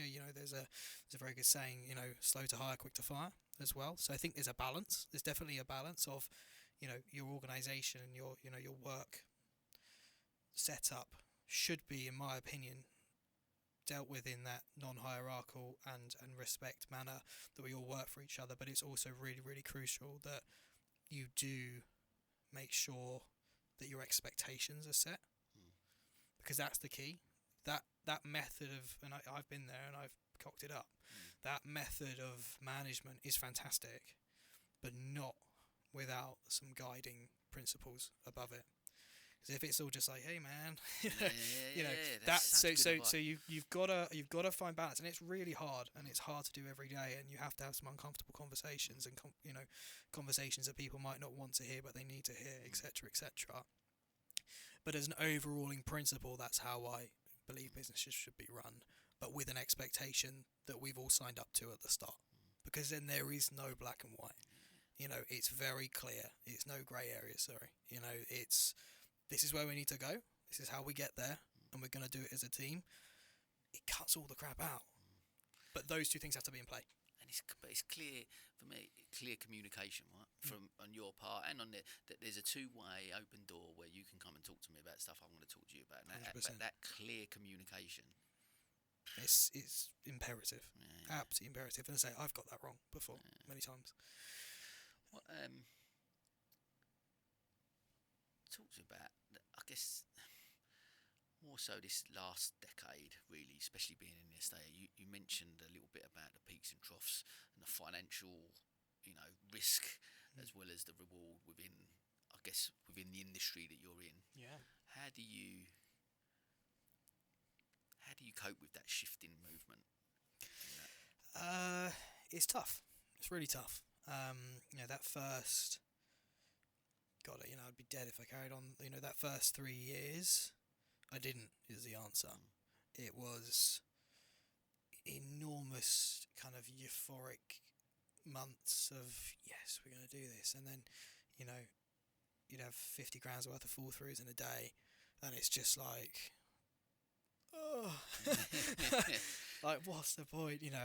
And I was really, you know, and I'm glad, again, I'm glad I was, because I was passionate. I loved what we were doing. I love it, but you know, it was this enormous spikes of peaks and troughs of emotion. And again, there's no replacement for time. There's just no replacement for it. And I think now it's more a case of, I touched on this earlier on, of just being like fairly linear. You know, I know that I'm going to have great months, and know I'm going to have really bad months, and it's just being prepared and having things in place to manage that. You know, and it's interesting. Again, I was over in my Stenning office 2 or 3 months ago with fantastic young lady that works there for us, and we were chatting away, and you know, I love it. You know, she was listening in to everything I was saying, and I was wrapping up doing a deal on a big sale, you know, which, you know, I don't mind talking about. I think the fees to us was about 40 grand. It was a double deal, you know, so it was a nice one. It was a healthy one for one transaction. Back and forth, and, you know, doing my thing, you know, great. She just see how I caught my eye. She was just watching, you know. I was like, that's really cool. I was like, brilliant, congratulations. Hung up the phone, sat down. I was like, all right, anyone want a coffee? And she was like, what? And I was like, you all right? Do you want a coffee? She was like, didn't you just do that deal? I was like, yeah. She was like, how is he not like jumping off the walls? You know, like she was so excited. She was like bought into it. It wasn't even for that office. It was for the Brighton office, I think. You know, and just like, so there's that element of like, when the wins are there, acknowledge them, enjoy them, but also take everything with that like pinch of salt. Because on the flip side, you know, the day after, for example, I don't think this actually was the case, but it has been regularly. You know, I could have 100 grand worth of fall throughs in an hour, comfortably, easily. It's happened before, you know, if not more. But if I was to celebrate those euphoric highs to that massive extent, and then, you know, if I was to commiserate, you know, you can't change it. Move on. Like, it is what it is. Like, take the wins, take the losses on the chin. You know, and my biggest thing, and this has happened, you know, where we've had, you know, just horrific month. No one's fault, just pure life happens. You know, it's okay. Well, then what can we now do? For example, say there's £100,000 worth of transactions that have fallen through. Okay, well, how do we get them back in bed, so to speak? You know, how do we resell, etc. So let's make that 100. Let's get that down to 20 because we've got 80 back on track. You know, all these different things. So it's how you deal with that, those negatives and those positives. Take the wins, work on the losses. And I think if you can mellow yourself on that line, that time heals and does all, it's easy to manage. Don't get me wrong, I still get stressed. I get very stressed. But in moderation, again, balance. Okay, I'm just going to say something about one of our sponsors, Riverval. The world of cars, vans and minibuses is often a pain point for many of us. The hassle of finding the right vehicle, let alone looking after it, are all more things to add to our lists as busy people. Riverval's mission is to make motoring manageable, and that's why they provide leasing, purchasing, servicing and vehicle management. So whether you have one family car or a fleet of vans for your business, Riverval are your trusted vehicle supplier. Visit www.riverval.co.uk. Okay, let's jump back to the podcast. I guess taking from that, the saying I use so much, this too shall pass, right? Like when, and I've only, I must say, I use that so much, and probably the last year or so has been most relevant. I talk very much like we're in a great place at the end of last year, but you tell yourself that this too shall, and it did. It has. And people asking me now, and I'm loving life at the minute. Things are going really well, etc., etc. Conscious of where I am right now, this too shall pass, and I'll probably be where I was back in December. But it's exactly that. I think it's the other thing is that our greatest freedom in life is how we react to things, right? Yeah, and I think that's the taking from what you've said there for me is exactly that. Like, and because of your learning, because you've had them euphoric moments, you've got having it off, and but we can't live in that state constantly. It kills you. So you have to It's such good advice. I think just trying to get to that stage where there's a balance, where there's that. Look, you can't enjoy the sun if it doesn't rain. Yeah. Simple as that, isn't it? It really is. And I think it's a balancing act of ensuring that you take the rough with the smooth and all that jazz, and stay consistent, man. Like, if you just stay consistent in everything that you do, like you say, this too shall pass. Consistency is such a big thing, because Denzel Washington uses this brilliant thing, and he said it. I've said it a couple of times on here recently, where you can't start anything without commitment. You got to be committed to something. You can't start, but you'll never finish anything without consistency. Yeah, great line. Great line. We all say these different lines, and cheesy, whatever. But honestly, when you break all those things down, and we've spilled a few today unintentionally, I think, but they're there for a reason. They do work, and in those times of bad things happening or great things happening, I think it's really important. And because I was always very much like, shut up with all that rubbish. It's so important to remember lines like that, for good and for bad, because it keeps you grounded and it keeps you centered. And they're so effective. They're so effective. But you can't, if you're not consistent, you will never get to where you want to be. For sure. Just touch on a couple of other challenges I guess you faced over that period. I guess you've highlighted a bit from your younger years, and in your adult life, from the business journey. What other challenges have you faced?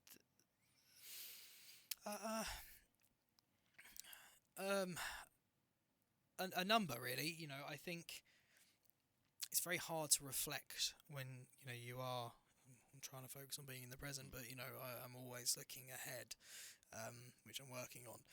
I think the challenges that come from being hustle culture, so to speak, are very evident. I mean, I'm very fortunate. I've got a fantastic partner who now runs another business alongside me, and we've kind of integrated that business into our life, which may be the wrong way around to do it, but it's something that it works for us. And that's the cleaning business. Country house cleaning, yeah. And Victoria, she knew, and she won't mind me saying this, she didn't know the first thing about business. 4 years ago, whenever we set it up, but that was my strength, and her strength was that she was really good with people, and she was really good with to start with, she was really good at the cleaning when it all started. That was like where it came from, and she was OCD and all these different things. I'm like, right, well, let's put my knowledge and your strengths and smash them together and see what happens.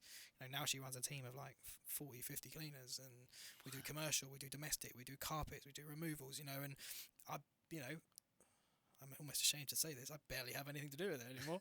I share a few posts, and I occasionally check the tax returns. But how amazing is that to see her develop in such a way? And but before that, really struggled with relationships. Really struggled.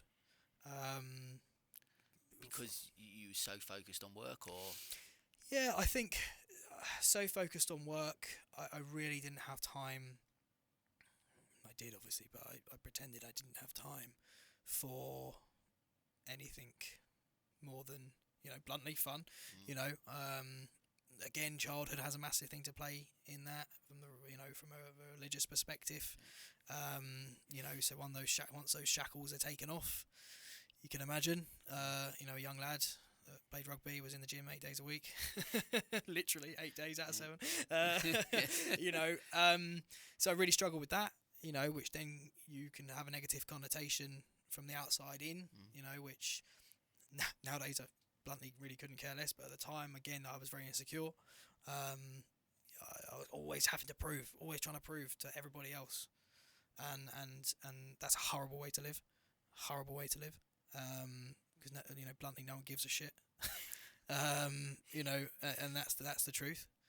The only person that you think they care more than about you than they actually do. I lived my life like that for a long time, really, really long time, and that I think that came from multitudes of factors, and that was a real challenge to overcome. And even now, I find myself slipping, sometimes, and I'm like, oh, well, if I do that, that will look cool. Who cares? Do it for the reason. But whose approval are you seeking mainly there? Is it your peers? Is it parents? Is it who is it? Who is it? Your. That's the question, isn't it? that's the question when you actually break it down. And I say now, so I'm probably too far the other way. But for that period of, like 10 years, if not more, I think you're trying to prove it to yourself. I'm good enough. I think that's a massive thing, which is sad, really, really sad. You're wanting to. I think because I never fitted in, it's trying to gain that approval from your peers, and by peers I just mean the community outside of the community that I was brought into this world in. And obviously as well, when you intentionally or unintentionally kind of detach a little bit from that family, but you're still involved, very complex scenario there. All you want is for your parents to say I'm proud of you, and it's just not something that we had. That's very deep, I appreciate, but it's if you don't mind me sharing, obviously you've mentioned to it like helped your mum and stuff with the car and stuff, but then you've paid off your mum and dad's mortgage, right? Yeah. As well. Even at that point, was there that feeling of them being proud of you then? Like, talk to me about that moment. Like, was that? Yeah, for you, was that the? Okay, now you've got to be proud of. Yes and no. It's an incredibly difficult question to answer, and one that maybe I can't answer because I don't have the answer yet. Maybe I'm too early in my journey to be able to articulate a sensible answer to that question. I think my role, much like in my business and sort of personal life, has changed, and it changed quite early. I was always, I went from being a kid to an adult overnight, really, and that's hard to deal with, whichever way you cut it. And I always said I'd never had any effect. It had a massive effect, and ever since then, that I think is why I have that protective kind of thing, and why I think a lot of my problems I've tried to solve with financially, it doesn't work like that, sadly. And whilst I'm sure I really hope my parents are proud of what I've achieved. There's always that niggle, I'm not doing what they want me to be doing, obviously. So, but on the flip side, I guess it comes around to what I said a moment ago. I can't live my life wanting and yearning to please others. I have to find that balance of doing it my way, but also doing it the right way, and helping where I can as many people along the way. And whether that's with my parents on that side, maybe that's my piece, because there is still a part of me that feels guilty for whatever, I don't know. As I say, I'm still working that out. I'm still on my journey. I'm not hopefully at the I'm not at the end looking back. I'm in the middle, looking forward, looking back, trying to work it all out. We're all in this game, but I'll come back on in 10 years and I'll try and answer that one again. I love it. I think in a roundabout way you still have, though, is I think the key that I took from what you've just said there is that actually we spend often a lot of our lives living with other people's expectations in mind, right? Usually. When we take a step back, and actually the only person that we've got to prove anything to is ourselves, and actually a key thing I'm drumming into my kids is that whatever they achieve, whatever they do, whatever path they take, that recognising they're enough just as they are right now, you're enough just as you are. And once you settle with that, all the other stuff is great, what you can go and achieve and the opportunities we can take. And you look at what you've done, it's great, right?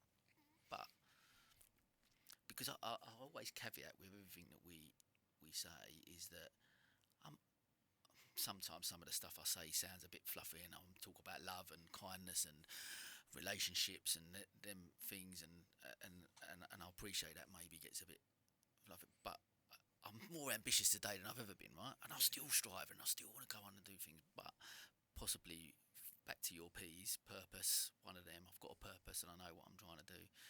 But again, back to that, I think if we create that next generation, if I can, what I'm trying to teach Mark is if that becomes further afield, that parents as a whole can just go to their kids, whatever you achieve, whatever score line you get in your sport, whatever test result you get at school, A's, B's, F's, whatever they are, okay, do the best you can, and you're enough just as you are right now.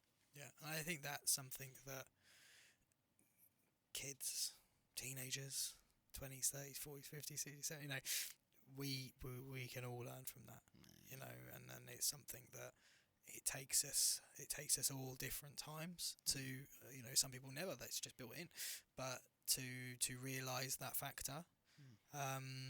But also, you know, there's that element of sometimes you have to go on that journey to realise that. You have to be the person that is constantly trying to prove themselves to themselves to then realise that you're enough. And I think maybe that's the category I fall into. Would I have done anything I've done if I always thought I was enough? I don't know. So I'm not, you know, disputing it. I just think it's a, you know, I think everyone is on a different path, a different journey with different cards. And I think the main thing is that as young as they possibly can is to just understand that we're complex beings in a complex world, and whichever path you find through is good enough, like you said. I do love that, and I think there's so much. Like I said, we talk, and I'm 20 years on you, but I feel like we're on a similar journey. Like I'm still searching the same as you are, right? I think and that's part of life, right? It's an ongoing pursuit of whatever that goal is, or whatever we're trying to do in life. I guess it's an ongoing pursuit. I guess I'm keen for that, especially because I'd love that younger generation to listen. People maybe just coming out of college, or they're like those teenagers, and what would you say to those teenage people? Someone like listening to your story and going, I want to start a business at 12, 18, whatever it is. I want to do what Tom's done. I want to try and achieve. What advice would you go back and tell them kids? Start. Simple as that. You know, and I know that sounds super corny, but start. Whether you're a teenager or not, it makes no difference. If you're good enough, you're old enough. You know, and I really do believe that, you know, and there is a ton of mistakes that will be made, which I'm still making today. But it's the funnest journey to take on something that you're not ready for. But that's the fun of it, is taking the hits, taking the highs, taking the lows, learning. You know, I was not ready to take over an estate agency at 21. I wasn't ready. I had no idea what I was doing. I was a good estate agent at a base level, but I wasn't the best. I was good. That's it. I knew nothing about the business. I knew a bit about business, but not the business side of the business I was taking over. Nothing. Absolutely nothing. I don't think I paid tax for a year and then got smacked. I didn't realise what I had to do. You know, really silly, basic stuff that you don't know at 21 years old. But what I did do was start. And I think that's really, really important. Because the quicker and earlier that you start, and then the harder that you work in that time where you can as well. And I am talking specifically about youth here. You know, I think you can start at any time. But let's just say, you know, you asked me the question, teenagers, for example. This is the time. You know, if you're waiting for the perfect time, you're going to be waiting a fucking long time. Because there is no such thing. There is no such thing as the perfect time. Absolutely not. The perfect time is yesterday. You know, and I think that's the key for me. And when you have the least risk, when you have the least nerve, sometimes that naivety is fantastic. You know, and I think that was what I harnessed. I looked at it and I said, what's the worst that can happen? And I think that's a really good attitude to a point. Of course, you want to be calculated to a point, calculated risks. But if you're 15 to 30, bluntly, in my opinion, and beyond. But, you know, talking specifically, so 15 to 20s, take some calculated risks. Find what you enjoy, or find a path to get to what you enjoy. Don't be afraid to pivot. Don't be afraid to try. And if, you know, it's a bit like hiring. So, you know, I always say slow to hire, quick to fire. You know, take your time to a point of getting started, get it, but you know, but then if it's not working, and this is a fine balance, this is really tough to get right, but also don't be afraid to pivot, and if you don't like it, change it. You know, I ran a business till I was 17. I didn't want to do it, so I changed it. And I think that's something that, again, people can get stuck, people can get rutted, and they don't progress, and all of a sudden 10 years is gone. And then you do have a mortgage, and you do have this. And it comes back to your previous question of, it can still be done, 100% it can still be done, guarantee it. I could look at anyone's story and I could say how it could be done. But it is harder. So, you know, I jumped through 5 estate agency jobs in 2 years. So you might go, ooh, that wouldn't look good on a CV. Damn right it didn't. But I'm 100% in, and the second I'm 99% in, I'm out.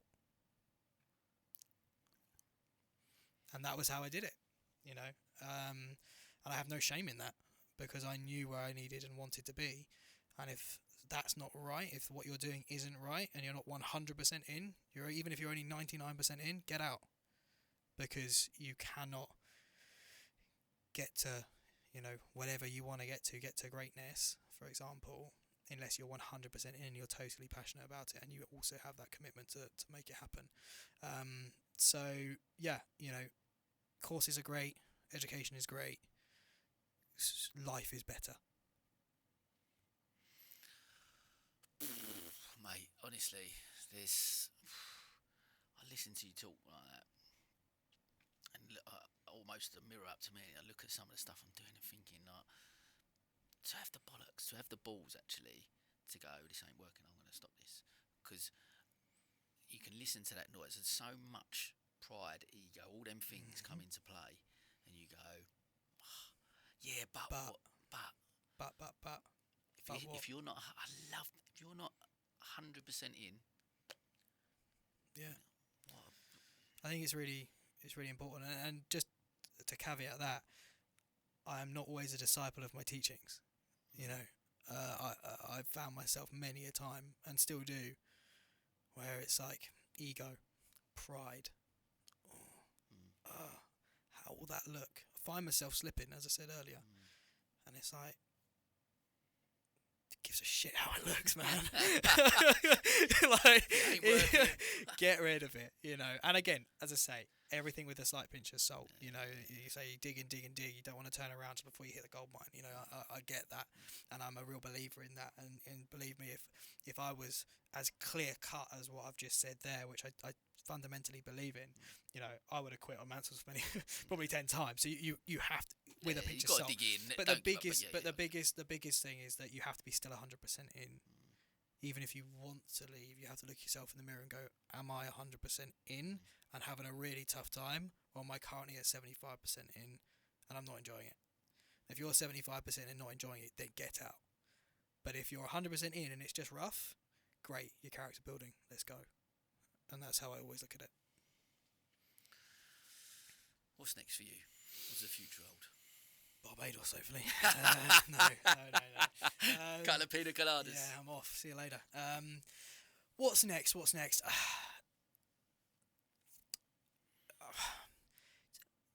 Hopefully lots, to be blunt and to be coy. But what's next for me when it comes to life, and I do separate life and business.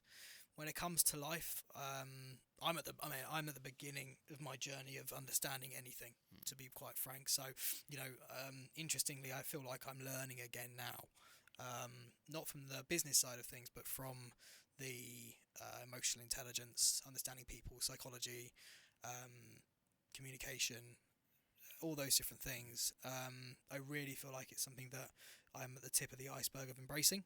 You know, as you know, I have sort of my little chats with people sometimes, and I haven't been doing it for long, but honestly, it's like my therapy. I've never done therapy, again, pride got in the way of that. But it's the closest thing for me to it, and learning, and remembering I've got 2 ears and 1 mouth. Use your ears. I'm a great talker. I'm great at chatting shit, but I need to get better at listening, and I've been really, really working on that. So that's one side. Developing my relationships.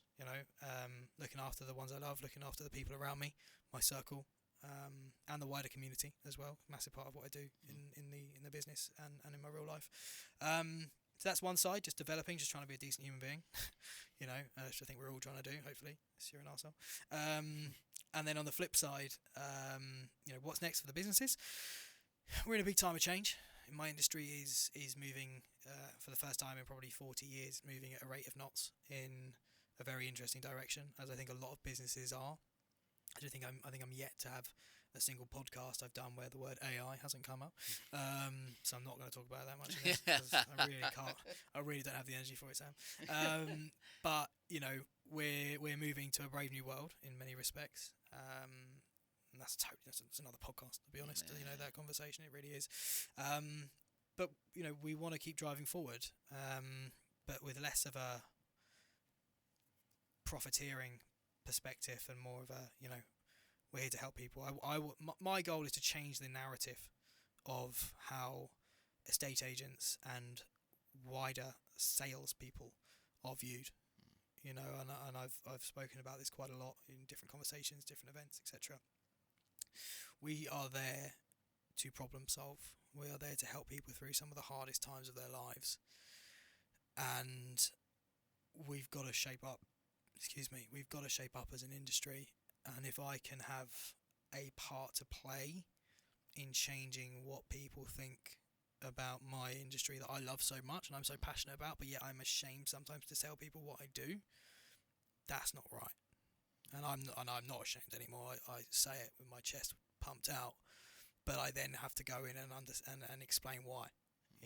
And that's sad. That's really sad. So in the business, we want to keep growing. We want to make sure we're providing opportunities to people. I want to get young people into the property sector. I want them to make it worth it. I want them to enjoy it. I want to see the buzz, the feeling, and I think it's something that's really being lost in today's world. You don't really see many people saying, I want to do this, I want to do that. And we'll see where the sunshine takes us, mate, to be quite honest with you. And again, that's probably the first time I'd ever answer that question like that. 2 years ago, I said, I want this office here, and I want that office there, and I want this, and I want that, and this, and that. And now it's like, I just want to be really good. And I want my people to be really good. And the growth shall come when it comes. Mate, and honestly, it's been amazing getting to know you and watch your journey just in this. Actually, because I'd sort of watched your journey prior to us getting to know each other, I guess, but even more so now watching it and seeing how you talk about it in that way, and the passion that you can tell, clear passion that you've got for the industry as a whole, right? But for business and for the people and for the community and what you do is it's incredible, mate, and it's truly inspiring. I appreciate that a lot. And I really do wish you continued growth and success in all its facets, in personal life as well as business. And well, hopefully we'll be, our paths will be aligned moving forward as they have been recently. And we're all on this journey, as you say, we're all on this journey together, and what we both do is a massive part of that. Mate, we've got our final tradition, as you know, which you've been. Being one of our value-added parties, you've obviously been to our top table. I have. So you know all about the storytelling card. I do.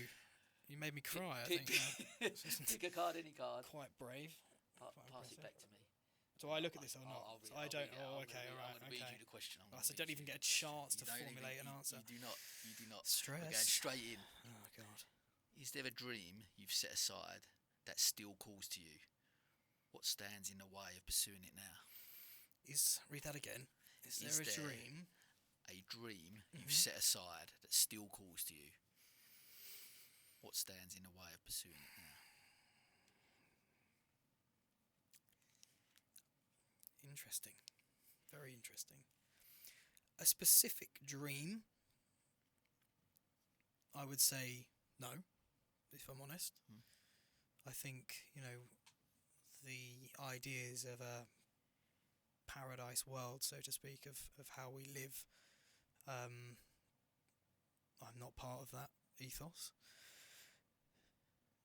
The thing that stands in the way of my bigger dreams, but I know that I'll get there, is time. And my dream of, both personally and on a business level, of I like to be involved with everything, all the charity stuff, all the social stuff, all the business stuff, all the, time is the barrier, but time can also be harnessed. And that's what I'm working on at the moment. Is they say you cannot buy time, but actually you can, and with the resources or the way you plan your life, is making that time for any other goals that I want to bring. Also, helping other people realise their dreams as well. That really excites me. I had someone the other day, they came to me and they were in my cleaning company, and they said to me, I'm thinking about going out and doing this. I'm really passionate about this. Nothing to do with cleaning, something else. And 2 years ago I'd have been like, go on and go. Almost hurt by that. And I was like, oh, brilliant. Explain it to me. He went through it. And it's really cool. It's a really cool business idea. And I said, look, 100% go for it. And no pressure at all, but I'd love to be involved. So now they're a business partner in their new business, which is them. But that's a dream for me, to be able to. It's a bit like Dragon's Den, isn't it? Helping others to be successful. It's really cool. That gives me a buzz. So time is the barrier, but I'm working on that, and the dream is just to keep living. In every sense of the word. Mate, thank you for your time today. Honestly, it's been the brilliant conversation I knew it would be, so I'm really grateful. And it's been, like I say, it's been a true honour and a pleasure to have got to know you and become friends, I think, over the last 100%. Year or so, and look forward to the future and more conversations like this, right? Me too, mate. Thank you for having me on. It's been an absolute pleasure. You're a legend. And that, as they say, is a wrap.